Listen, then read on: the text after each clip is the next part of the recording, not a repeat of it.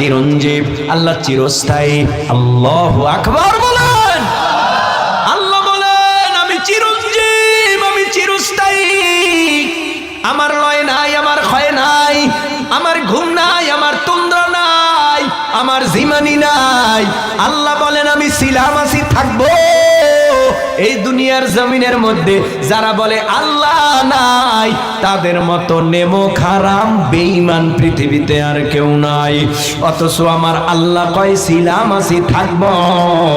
দুনিয়ার মধ্যে তোরা একদিন ছিলি না, এখন আছো, আর আবার কিছুদিন পরে থাকবা। ও না।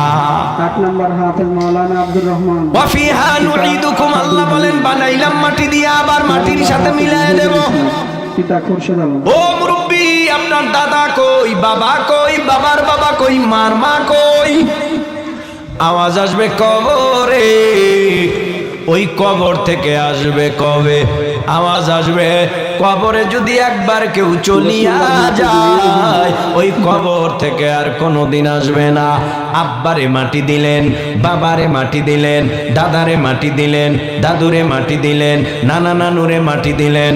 কবরের মধ্যে মাটি মনকে মন বুকের উপরে মাটি চাপাইয়া দিলেন, যাতে করে আলো বাতাস কবরের মধ্যে ঢুকতে না পারে, কোথাও দিয়া জানি কোনো গর্ত না থাকে।